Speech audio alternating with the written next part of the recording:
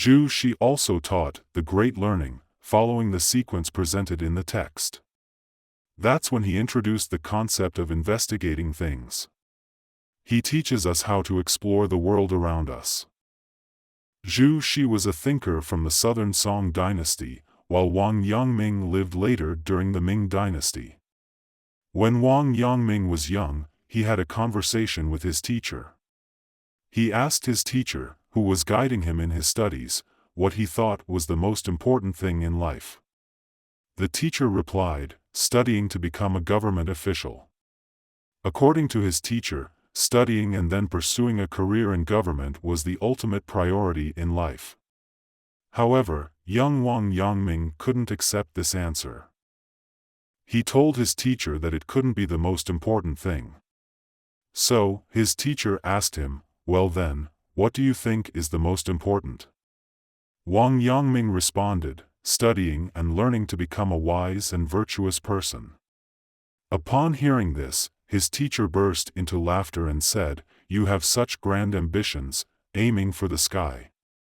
We can't become immortals. Let's focus on studying hard and striving for success in our careers."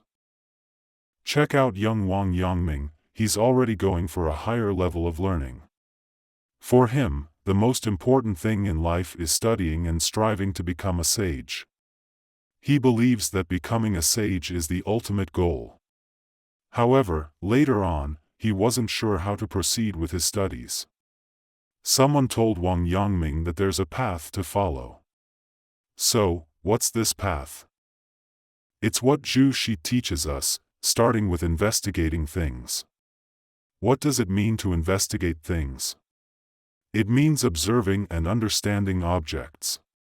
For instance, when we look at a bamboo, we really focus on it and then ask ourselves why it's called bamboo and not something else, like a willow tree.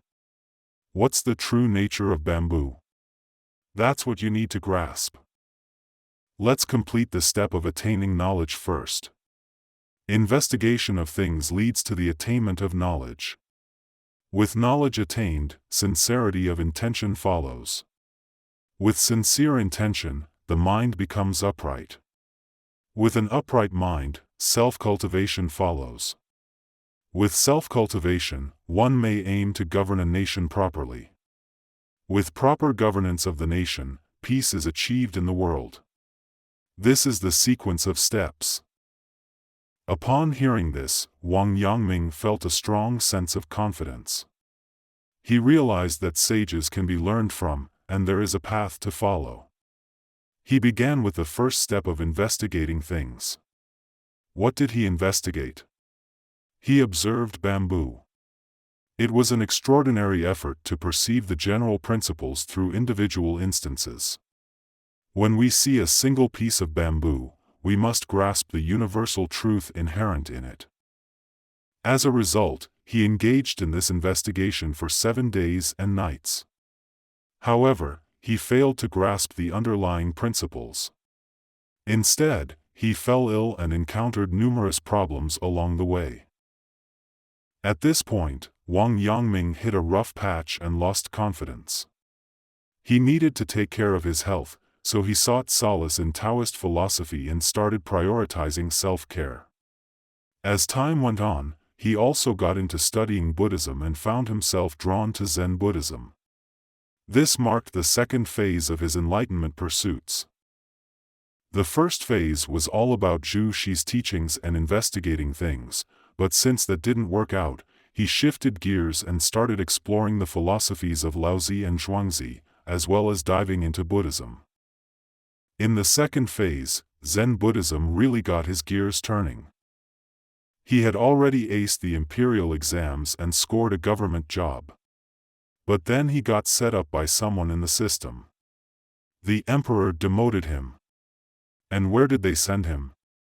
Nowhere glamorous, let me tell you. It was a backwater place in Guizhou called Longchang. And if that wasn't bad enough, he ended up in Xiangshan County, which was even more desolate. What kind of government gig did he get? He was put in charge of a dinky relay station. Talk about a major downgrade. Life there was no picnic, let me tell you. But one fateful night, in the wee hours, something clicked in his brain. He had a sudden, aha moment. What was it, you ask? It was the Confucian idea of investigating things and gaining knowledge. Investigating things and gaining knowledge, turns out we already have all the answers inside us. Our inner selves are complete. We shouldn't get caught up in external stuff or go chasing after things outside of ourselves. There's nothing beyond our own minds. Finally, he got it. He was so pumped up that in the middle of the night, he let out a big shout, freaking out everyone around him and making them jump out of bed. That's what we call the enlightenment at Longchang. Once Wang Yangming had his enlightenment, he started spreading the word about his own philosophy called School of Heart. It was a departure from Zhu Xi's teachings, which focused on finding universal truths through the world around us. But here's the twist. Wang Yangming suddenly realized that true enlightenment, the kind you see in Zen Buddhism, isn't about external stuff. It's all about what's inside our own hearts. This was a pretty big deal because it led to the birth of Wang Yangming's School of Heart, which went against Zhu Xi's ideas. So now you had these two camps, Qingzhou Neo-Confucianism and Luoang School of Heart, each with their own take on things. In the previous dynasty, Lu Xiangshan had his own moment of enlightenment too.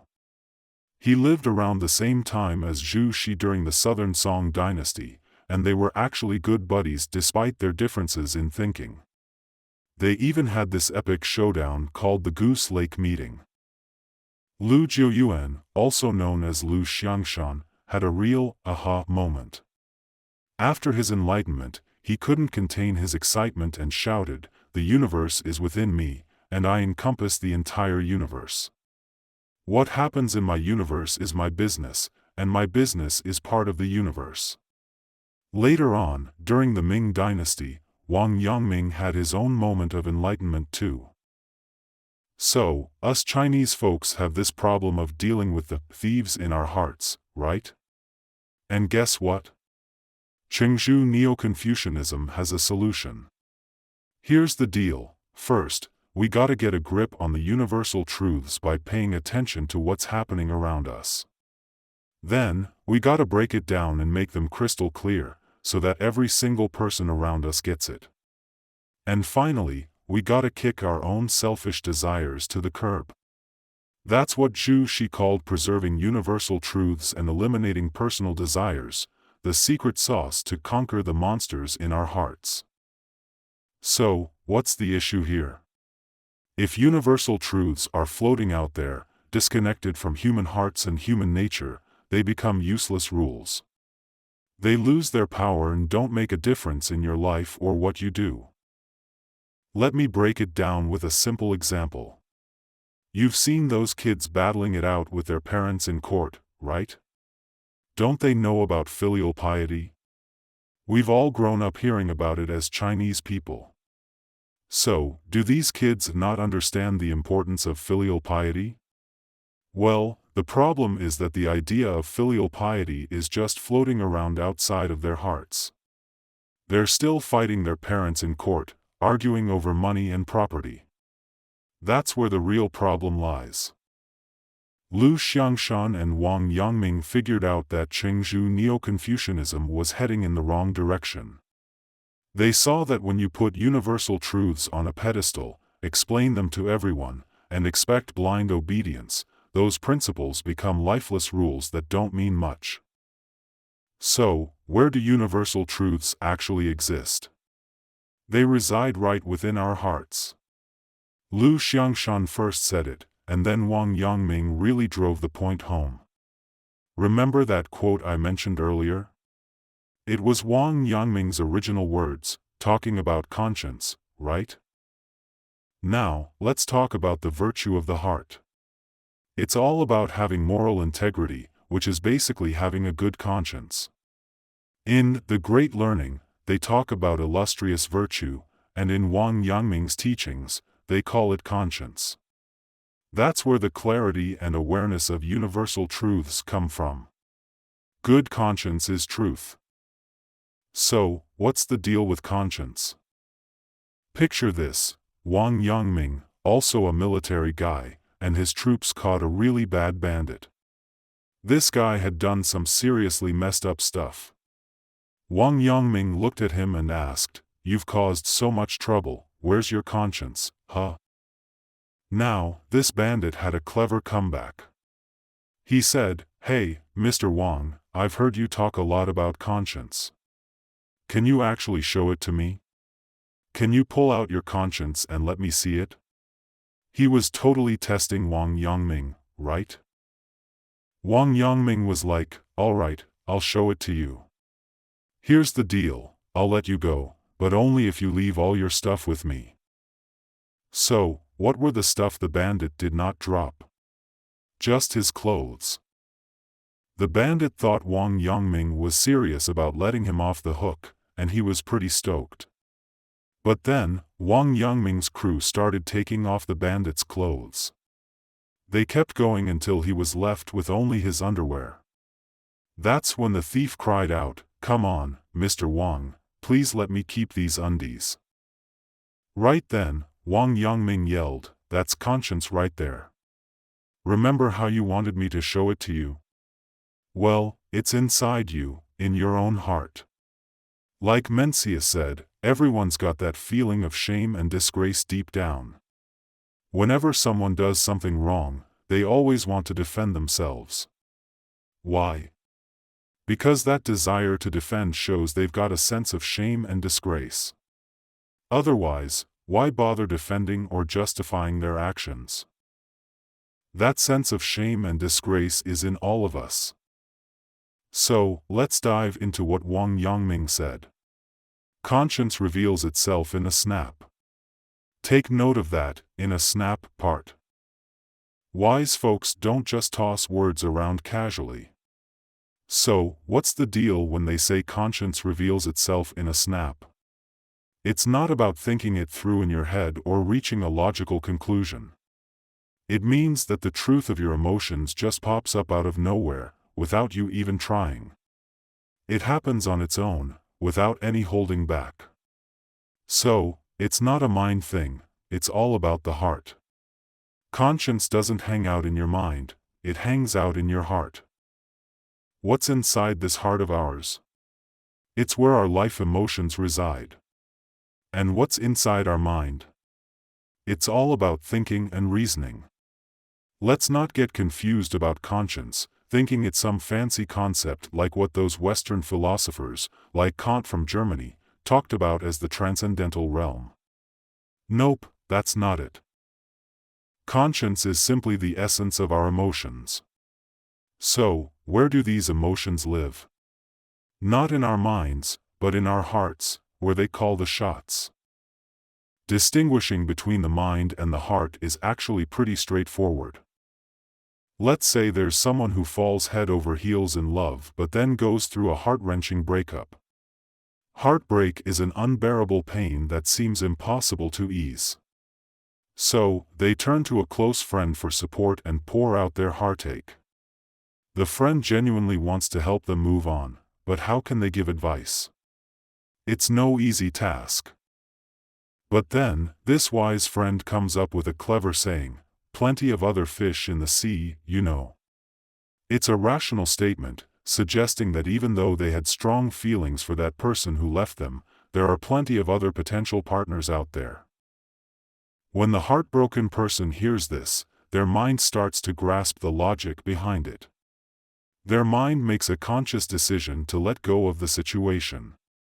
However, just as their mind reaches this resolution, their heart begins to ache all over again.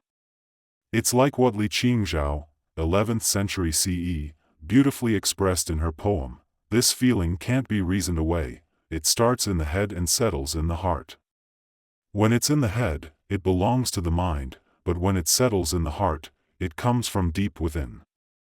That's the difference between the mind and the heart. Which is more important, the mind or the heart? Well, the heart takes the crown. The mind deals with thinking logically and making judgments, while the heart is all about experiencing the true essence of life, the emotions we feel. Now, picture this. What if we could use our logical thinking to erase the emotions in our hearts? Nope, not gonna happen. This is what Zen Buddhism before Wang Yangming and even earlier philosophers like Mencius talked about when they referred to the heart.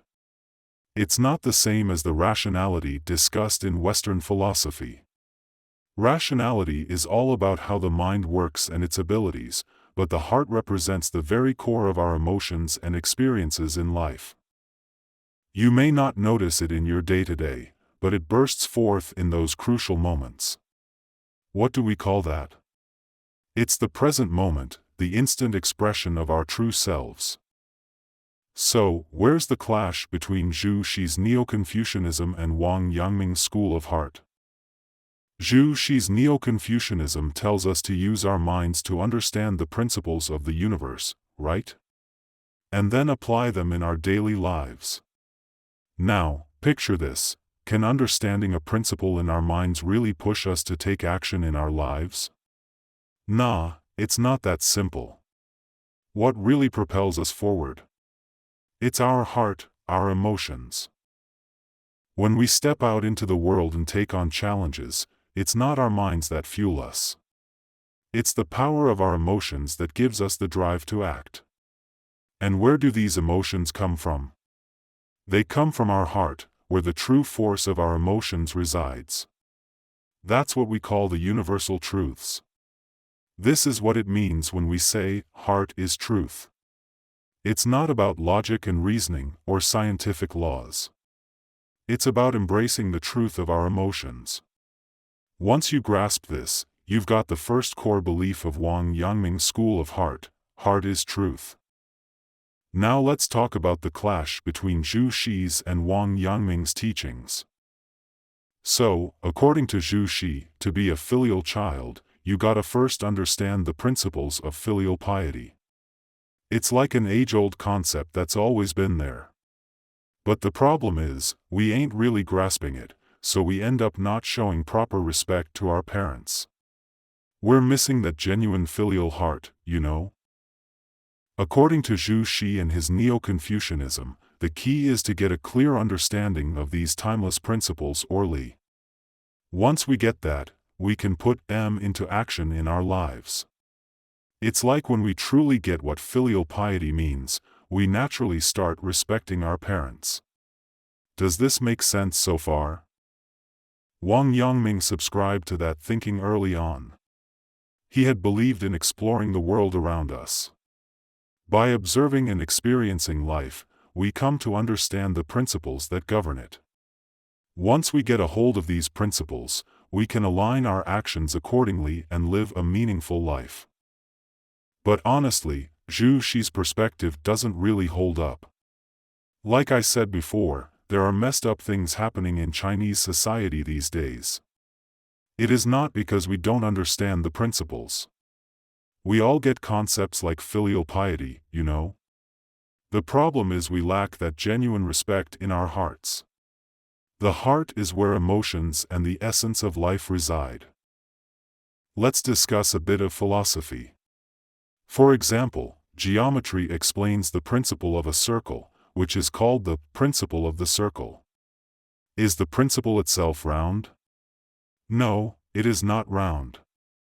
When we talk about the principle of the color red, is the principle itself red? No, it is not red. The principle of the circle is not round. What you draw as a circle is what appears round. Similarly, the principle of red is not red, right? Now, what about the principle of heat? Is the principle itself hot? No, it is not hot. The principle of heat does not have temperature. It is simply the principle. What about the principle of love? Does the principle itself love? No, it does not. The principle of love is not love, or we could say that the principle of love is not warm, right? Love should be warm, but how could the principle of love be warm? Wang Yangming reversed this relationship particularly regarding the relationship between the principle of filial piety and the heart of filial respect. How should this be expressed? It is because there is a heart of filial respect that the principle of filial piety exists. Where is this principle found? You can check the Analects to find out. So, there's one guy named Zhu, who was one of Confucius' students, you know. One day, Zhu asked Confucius about his thoughts on bringing back the old rites of Zhou dynasty traditions. In those traditions, it said that if our parents pass away, we should mourn for 3 years. But Zhu thought 3 years was too long and wondered if it could be shorter. Instead of giving a straight answer, Confucius hit him with a counter-question. He goes, imagine your parents passed away, but you're living the good life, eating fancy food, wearing silk clothes, and your kids are safe and sound. Would you feel at peace? Zhu was like, yeah, I'd be at peace. Then Confucius dropped this, saying, if you feel at peace, then do whatever you think is right. Basically, if you genuinely feel at peace, you can decide how long to mourn on your own. After hearing that, Zhu left. But as soon as he was gone, Confucius couldn't help but comment, Zhu lacks compassion. Confucius judged Zhu based on whether his heart felt sorrow. Therefore, in a virtuous governance, which is the core concept of Confucianism known as Ren or benevolence, it is not merely a conceptual idea. What is it then? It is the real emotional connections in life.